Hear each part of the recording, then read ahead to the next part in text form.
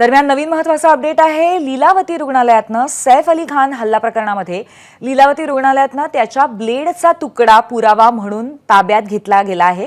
सैफ अली खानवरती काल लीलावती रुग्णालयामध्ये शस्त्रक्रिया झाली होती आणि अतिदक्षता विभागात त्याला ठेवण्यात आलेलं होतं। आज सकाळी 11च्या दरम्यान तज्ञ डॉक्टरांच्या सल्ल्यानंतर त्याला अतिदक्षता विभागातून बाहेर ठेवण्याबाबत कुटुंबियांशी सल्लामसलत करून पुढचा निर्णय घेतला जाणार आहे। मात्र दरम्यान एक महत्त्वाची गोष्ट अशी घडलेली आहे की रुग्णालयातनं पोलिसांनी ब्लेडचा तुकडा ताब्यात घेतलाय। या संदर्भात आपण आपले प्रतिनिधी सूरज सावंत यांच्याकडून अधिक माहिती घेऊया।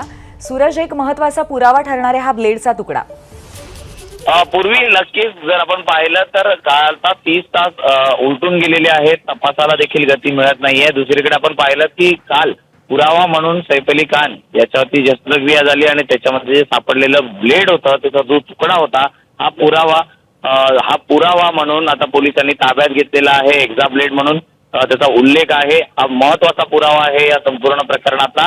त्याचबरोबर ती सैफ अली खान याला आता अतिदक्षता विभागातून आज जवळपास जनरल वॉर्डमध्ये शिफ्ट करणार का याबाबत निर्णय होईल। 11 वाजता तज्ञ डॉक्टरांची टीम त्या ठिकाणी दाखल होईल आणि त्यांच्यानंतर म्हणजे तज्ञ डॉक्टर हे त्यांच्या कुटुंबियांशी संवाद साधतील, सल्लामसलत करतील आणि त्यानंतर त्यांना अतिदक्षता विभागातच ठेवायचं की जनरल वॉर्डमध्ये बाहेर त्यांना शिफ्ट करायचं याबाबत निर्णय घेतला जाणार आहे। त्याचबरोबर आता तपास हा असा देखील केला जात आहे की घरातलाच कोणी व्यक्ती यामध्ये इन्व्हॉल्ड आहे का।